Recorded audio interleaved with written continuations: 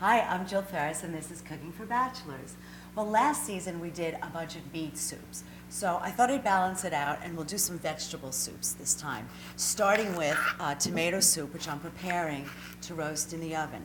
Actually, what we're going to use is plum tomatoes, and I wanted to talk a little bit about the philosophy of Cooking for Bachelors, live greener.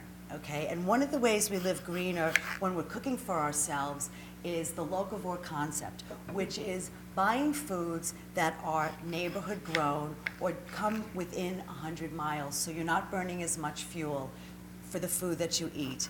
And there's many farmers markets all across the country in neighborhoods where local farmers, again within 100 miles, come and sell their goods, and they're all freshly grown. This way you get the opportunity to eat really good vegetables that haven't traveled a long way, because when they have to travel a long way, then they have to pick them underripe, and they're ripening in a truck, okay?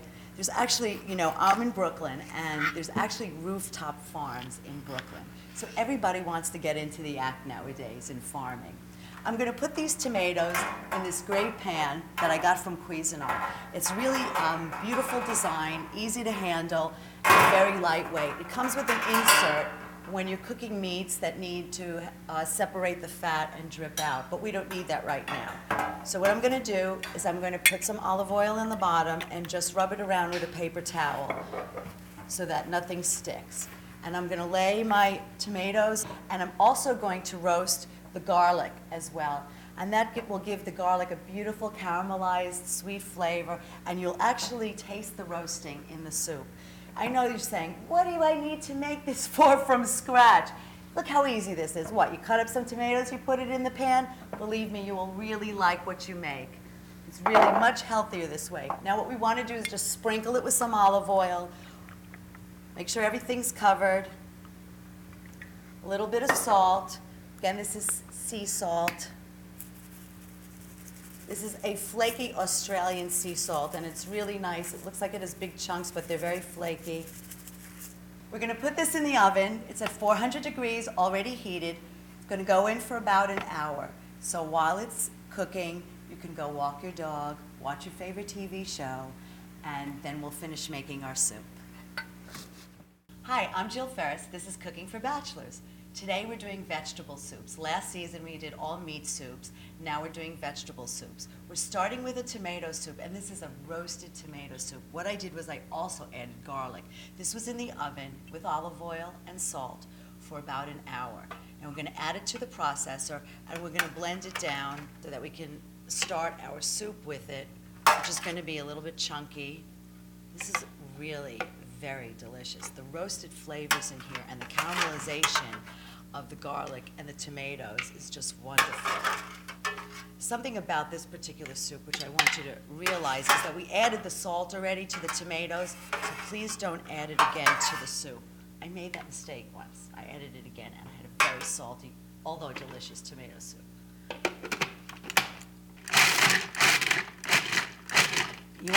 You want to break it up, but you don't want it to be too pureed. You want it a little chunky. I think that's good. Okay, because we don't want to miss any drop of this. This is really delicious. I'm just going to taste it.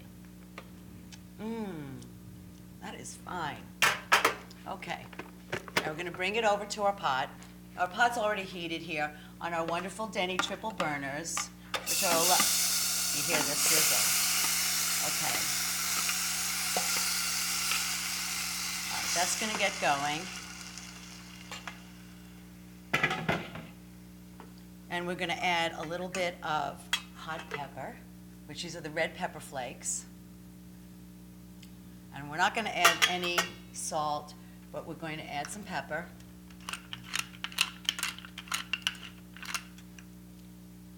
We're going to put in some onion. And now we're going to add some broth. And we're going to use some chicken broth. It's perfectly acceptable to use these organic, pre-made broths. And we're just doubling the volume of the tomatoes with the broth. And then we're going to put in some freshly cut basil and let that simmer. soup number one. Soup number two is French onion soup. We're going to start with some butter. Whoa, that is soft already. Nice. Look at that. We're going to break up our onions, and we want this to saute in here. Okay, now we got that going, and we're going to throw in a little garlic also. This is great. So whenever you're making a vegetable soup, you can make a soup out of whatever vegetables you want. You can add a whole bunch of vegetables. But by sauteing your vegetables first, you can get some really good flavors. And the butter is a nice buttery flavor to these onions. That's going to have to cook down a little bit before we add any liquid. Otherwise, we won't get the caramelization. Let's try to add some more, because it is onion soup, by the way. So, all right, now I'm going to cover that while that's cooking. Actually, we can put in a little bit of thyme while that's cooking. And I'm just going to use these whole sprigs because we can just take them out later. All the flavors, the leaves will fall off, and we can take out whatever we want. Now over here we have is going to be butternut squash soup. So we're going to add some onions and garlic. Okay. I lifted it off of the burner because electric burners don't cool down that easy. So the fastest reaction I have is to just lift it up. And we have the butternut squash and the thyme, which we're putting in, and that's going to saute. Okay, I also like a little heat in my sweet soup, so I'm going to put some crushed red pepper in here as well.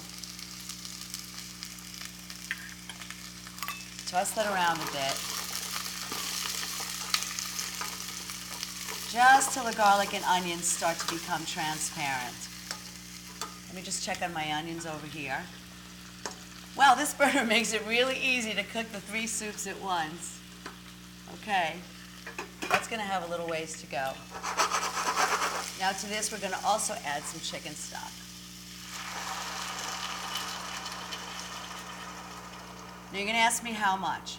What I'm going to tell you is in the meat soups, when we're adding water, the meat's really giving us the flavor. Here, we're adding a stock that already has meat in it, so you can add a little bit more. So what I'm doing is I'm doubling the volume. So whatever you have in vegetable, if you're going to add a stock, so it's 2 to 1. And that's going to cover and cook down, and then we're going to puree that soup. Now let's see how our onions are doing. Very nice. I'm going to leave them open now because I don't want it to get too soupy yet. You want these onions to really start caramelizing. That's going to give it the delicious flavor. And to this one, we're going to add actually beef stock. Now, I know I said I'm doing vegetable soups and we did meat soups before. I apologize. You can use vegetable stock in all of these, and it's perfectly delicious and acceptable as a vegetarian option. Well, we'll add some pepper. Also with soups, I prefer not to add salt when I'm cooking them. I like to add at the very end because vegetables will tend to absorb all of the sodium and all of even the flavor of salt. And then you'll have an over-salted soup whether you taste it or not. So what you want to do is try to wait till the end, and then you can add it to taste. This is going to take a little while, and then we'll be able to add a little bit of sherry and a little bit of beef stock. Okay, so our 3 soups have been cooking for approximately 20 minutes. Now, all we needed to do with let's get this first, is the butternut squash soup.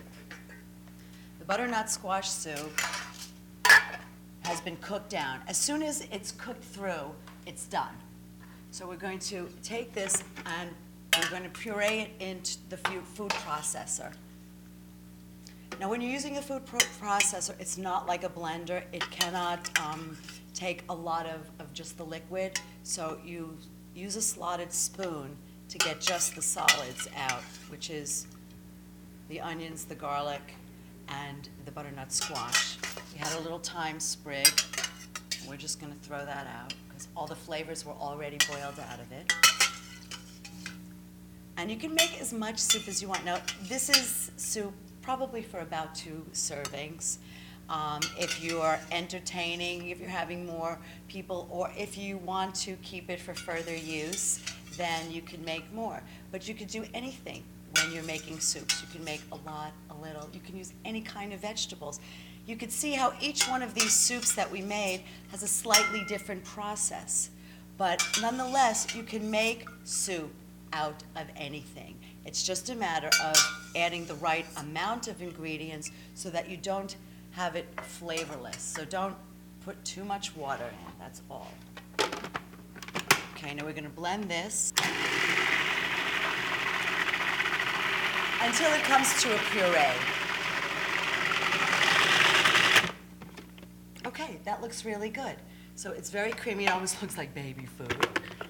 All right, now what you wanna do is put it back into the liquid part of the soup. Let me take my blade out so it doesn't fall. And put this back into what's the broth now and mix it through.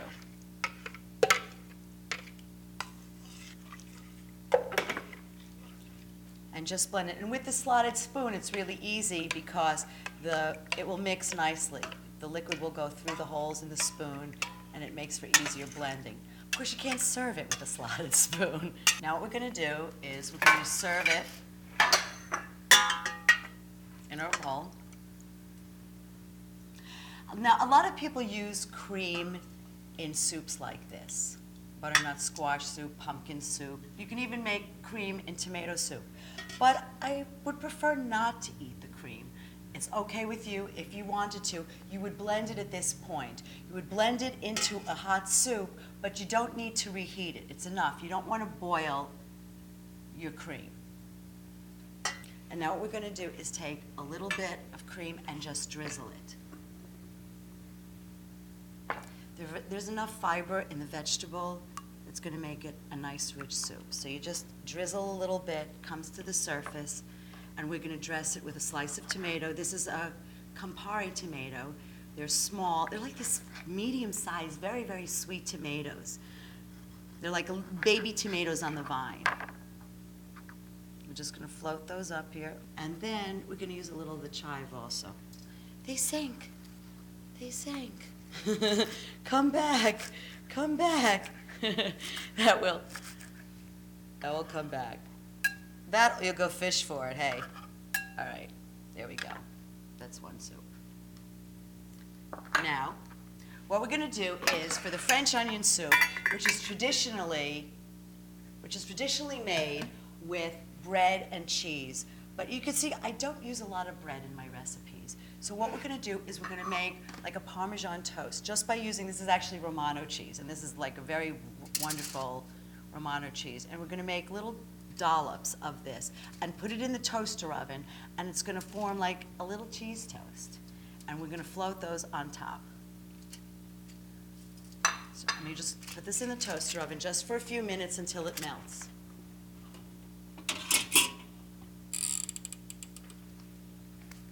Okay, now we have our tomato soup. What's under the pot? Lid number 1, lid number 2, lid number 3. Okay, here's our tomato soup. Now this one is really rich and chunky, and this is a very hearty soup. Okay, and we have everything in it. If you want, you can dress it a little bit. Look at that. This is almost like a sauce. It's so good. But it's still a soup. And you know, the stocks we used were really low sodium, so they didn't add too much salt to it. And this had a lot of nice salt that was on the tomatoes when they were roasted. And here's our onion soup. Ooh, that looks nice. Wait, I'm gonna have to taste this. I could smell the sherry. And the richness of the onions that were cooked in the butter. Oh, that is nice, very nice, very rich. Look at those onions. I guess I could have cut the onions. Cut the onions in smaller pieces when we're making it. So anything that you have in the refrigerator, look at this, just onions made a soup. Now, if you don't have a stock and you want to make it, you can mix meat and vegetables. You can do anything with this. You know, it didn't take that long. You saw it was only about 15 minutes preparation. Then you let them cook, and you can cook a soup until it's either boiled or until the vegetables are soft or the meat is cooked through, and then let it sit. You don't have to keep on boiling and boiling and boiling it. It's not going to get any better. What you do is you turn it off and you let it sit in its own heat, its own ingredients, and all the flavors will blend, and it will grow and develop without burning or overheating anything. So it's nice just to cook it through, maybe 15, 20 minutes, and then turn the heat off. Now all we need is our Parmesan toasts, and we'll serve our 3 soups.